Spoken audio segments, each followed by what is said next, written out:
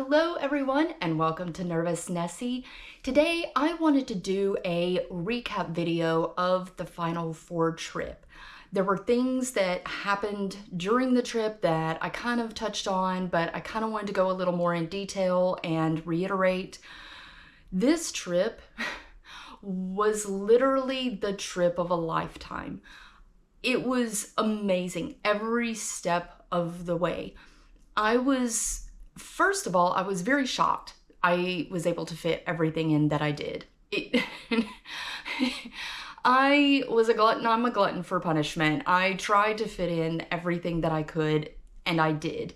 The only thing that I guess you could say I regret would be I didn't get to go to the other national parks in Colorado, but after seeing what I saw, I had already seen plenty. If you ask me, would I do this trip again? I would definitely say yes. However, I would do this trip again in reverse. I would actually start in Denver and go down into Colorado and go back up and do everything in reverse order. The reason why is because every national park is beautiful in its own right. And when you get there, you will be stunned no matter where you go. Every single park was just beautiful and had things to offer. But after you've gone to Yellowstone, it just doesn't hit quite the same. And so, like, the parks in Utah and Colorado didn't hit quite, like, they weren't, I don't know, they didn't have that punch, that you get when you do go to Yellowstone. Now, everything, if you did it in reverse, everything after Yellowstone, so like going to Devil's Tower, going to Deadwood, going to Badlands, each one of those actually has enough kind of oomph to it to elevate it to where it's not a disappointment. I will say, if you're going to go to Mount Rushmore, whether it's a trip like this or you're simply just going there, just know that there's not a lot there. You do have that initial awe when you look up and you see the mountain and everything.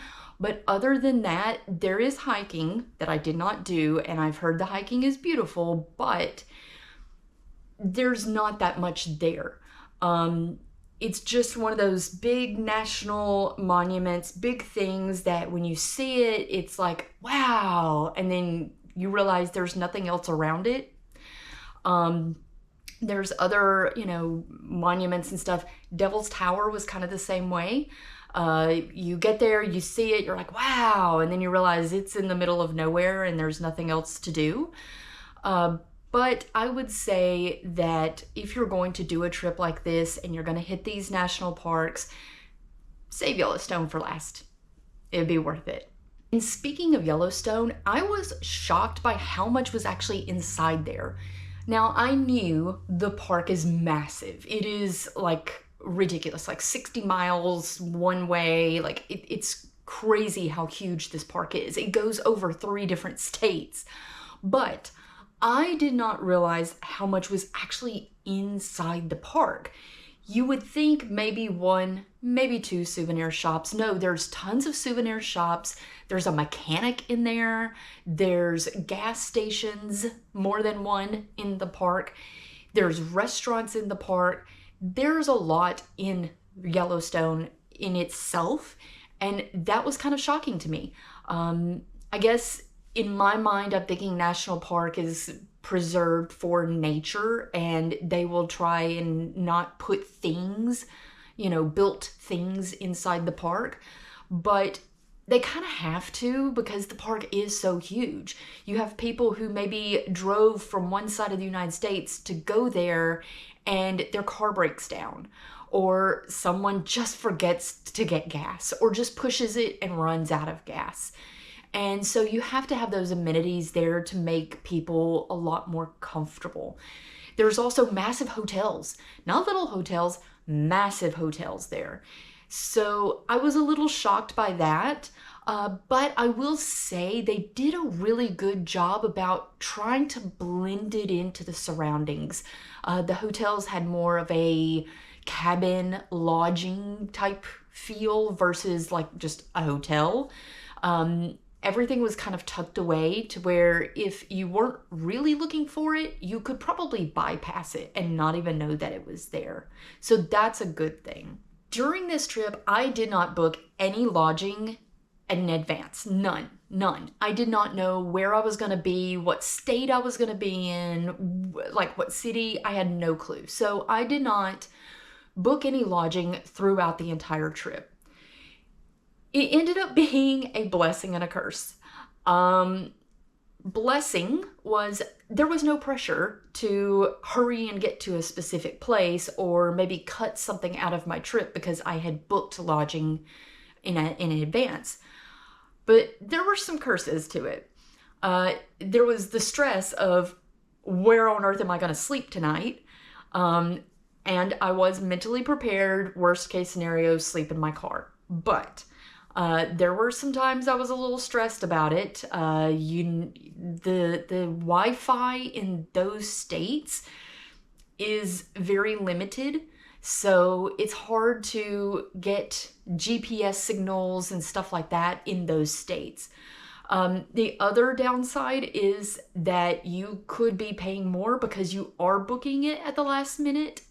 But at the flip side, you could be paying less too, because there was one hotel that I saw it in advance and it was a little bit pricier, but then I booked it at the last minute. Like I was driving to it and booking it. It was like the last hour and the price dropped.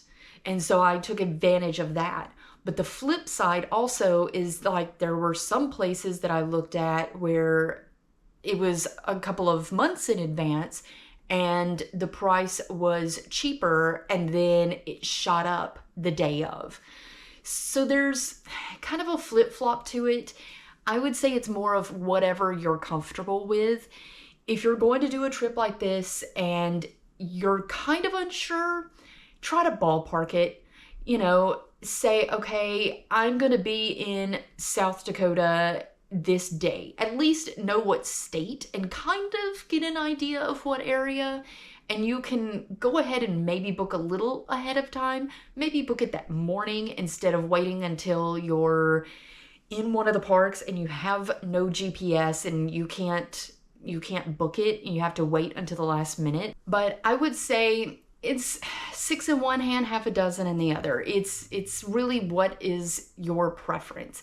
And if you prefer to have a peace of mind of where you're going to stay and try to take advantage of cheaper prices, book everything in advance. One thing that I do want to touch on very briefly in this video, but I will make another video that is separate that goes more into detail for all of you, is I had an issue with my rental car.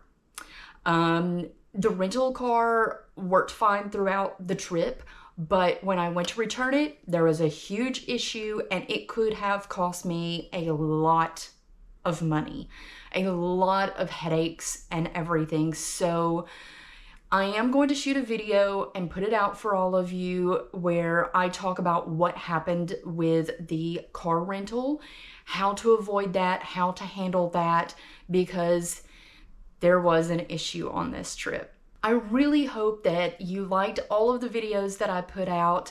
I tried to shoot a video each night doing a review of where I was staying, and I tried my best to keep each day down to one video, but there was just too much. I wanted to share everything I could with all of you. Each park was huge. Everything, there was just too much that I crammed in, and I wanted to show all of you, and I had to do part 1, part 2, I think maybe even a part 3 on some days, but I really hope that you enjoyed watching the videos. I enjoyed making them. I enjoyed going on this trip. It was a trip of a lifetime. If you have any questions about the trip, anything that you saw along the way, if you have any comments, feel free to leave your questions and comments below and I will get to them as soon as I can. And I look forward to seeing you in the next video where I do talk about what happened with the rental car. But until then, bye!